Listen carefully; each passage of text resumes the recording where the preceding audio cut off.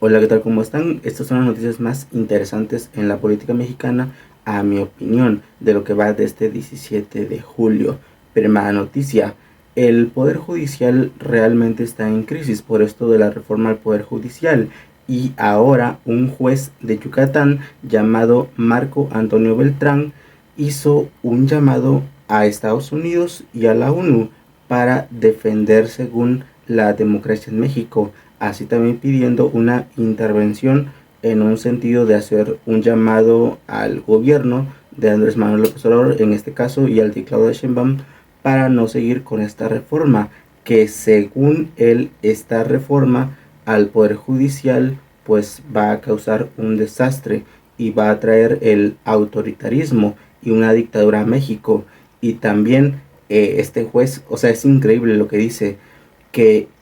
Estados Unidos no quiere tener a un dictador, a un gobierno dictatorial como su vecino, y que según él, este juez, Marco Antonio Beltrán de Yucatán, que ciertamente es una fichita porque ha liberado y dado sentencias favorables a personajes políticos y criminales. Bueno, él dice que la democracia y que Estados Unidos está en peligro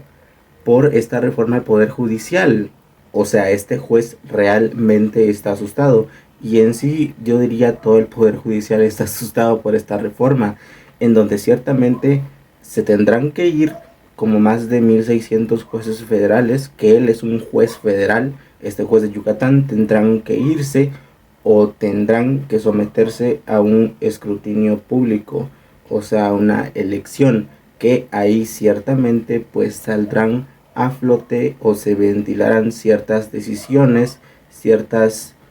pues sí, toma de decisiones que han tomado, valga la redundancia, a favor de personajes de dudosa procedencia, personajes corruptos como delincuentes o políticos. Segunda noticia, Xóchitl Gálvez está denunciando formalmente ante el Tribunal Electoral del Poder Judicial de la Federación a Guadalupe Tadei, la consejera presidenta del INE, ya que Xóchitl alega que ella fue un factor definitorio entre muchos otros factores para que su campaña no despegara, que según esto alega Xochitl Gálvez, que Guadalupe Tadei estuvo a favor de Claudia Sheinbaum todo el tiempo, haciendo ciertas cosas que perjudicaron la campaña de Xochitl, como por ejemplo, ella alega que la prohibición del color rosa y de ciertos logos de Xochitl Gálvez usando el color rosa, que según esto, según el INE, pues era uso de marca del logo del INE, que es rosa, que lo estaba usando en este caso Xochitl Gálvez, al igual que recordemos que usaron letreros, según al final no se publicaron, pero eran prototipos de logos de letreros en donde ponían el símbolo del INE, dando un mensaje de que los programas sociales no son del gobierno, sino que son de todos, ¿no? Haciendo una cierta campaña pues de antidesprestigio de Xochitl, porque ciertamente Xochitl pues había dicho, y sus dichos son muy populares, de que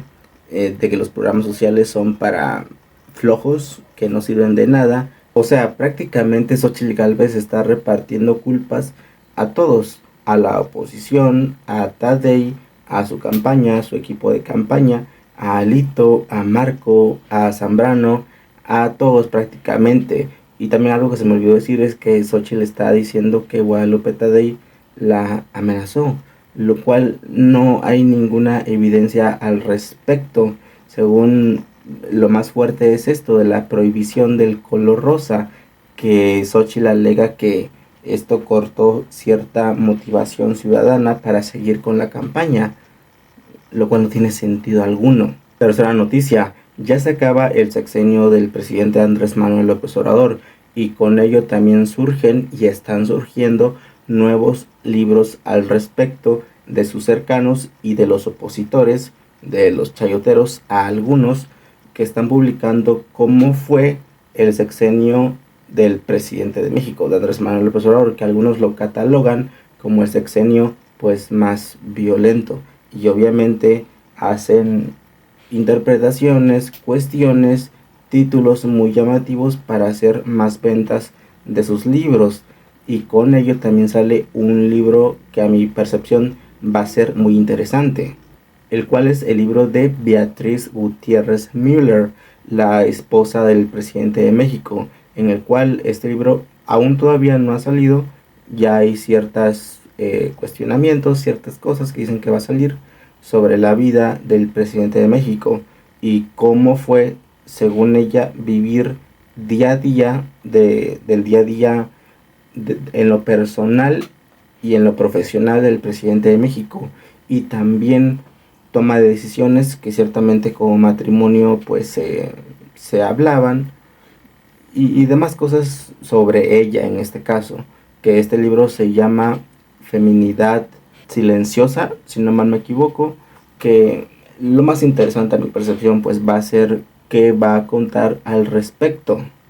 ya que ahora ella, Beatriz Gutiérrez Müller, pues ya se sabe que no se va a retirar al rancho del presidente de México, sino que se va a quedar en Ciudad de México, despertando ciertas críticas de esto, que ella se va a quedar para seguir con su carrera profesional. Y Andrés Manuel López Obrador va a estar en Palenque, Chiapas, en su rancho, ahí va a estar, y ciertas veces, ciertos tiempos, la va a ir a visitar en Ciudad de México, en donde según se va a desempeñar como escritora y profesora académica de universidad. Por favor, escuchemos lo que dijo Beatriz Gutiérrez Müller al respecto de este libro. Haciendo una línea cronológica, en esta tarea de apoyar a mi esposo, estamos a punto de decirles adiós. Él ya ha anunciado muchas veces que se va a retirar a un lugar que le gusta, va a estar tranquilo.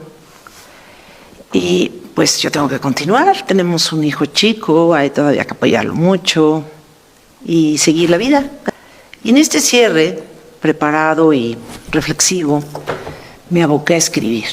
a dejar un tipo de testimonios. Y he dado el nombre de Feminismo Silencioso a este. Cuarta noticia: Ecuador realmente no aprende nada. O sea, es increíble cómo el presidente junior de Ecuador, Daniel Noboa, que por cierto no es ecuatoriano porque es nacido en Florida, Estados Unidos, ahora otra vez sale a hacer otras declaraciones para empeorar aún más de lo que ya está las relaciones diplomáticas entre México y Ecuador, y que ahora pues ciertamente nada más están en un nivel de comercial, nada más en lo comercial hay relaciones diplomáticas, pero en otro pues ya no. Ahora Daniel Noboa dice que el peor socio comercial que tiene Ecuador es México, con un déficit de más de 600 millones de dólares en intercambio, que según él dice en unas declaraciones que dio a un medio ecuatoriano, que los mexicanos están felices con las relaciones comerciales y que siguen vendiendo en Ecuador, pero que México se ha convertido en el peor socio comercial que ha tenido. Y o sea, esto es obvio, o sea, es obvio, para México, Ecuador ciertamente no representa casi nada de su mercado.